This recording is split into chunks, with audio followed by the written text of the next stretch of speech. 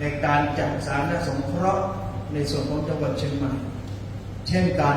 ใน 16 จังหวัดภาคเหนือตอนบนที่ในส่วนของโครงการนี้อาจจะต้องเข้าไปช่วยเหลือเป็นบางส่วน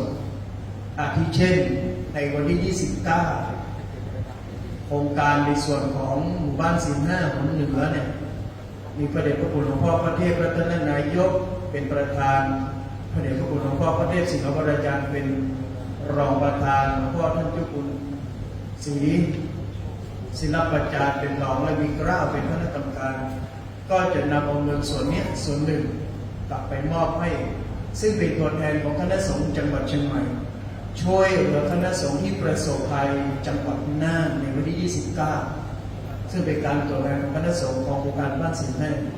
นี่ก็คือในส่วนของวัดพระนอนขอนตาลซึ่งมีเกล้าและของเจ้าคณะอำเภอหลวงพ่อท่านพระครูเสียประกรณ์หลวงพ่อครูมนุนบุญญากรและคณะสงฆ์ทั้ง 11 ตำบลที่คอยสนับสนุนช่วยเหลือในส่วนงานของคณะสงฆ์จังหวัดเชียงใหม่จึงถือโอกาสในวันนี้ได้นำเรียนสิ่งที่เป็นประโยชน์หากคณะสงฆ์ทั้ง3 อำเภอติดใจสงสัยเป็นประการใดให้สอบถามและขอข้อมูลได้ของวัดพระนอนขอนตาลยินดีที่จะช่วยเหลือของคณะสงฆ์ทั้ง3 อำเภอและคณะสงฆ์ทั้งจังหวัดเชียงใหม่กราบเรียนมาณที่นี้เป็นความเคารพครับผม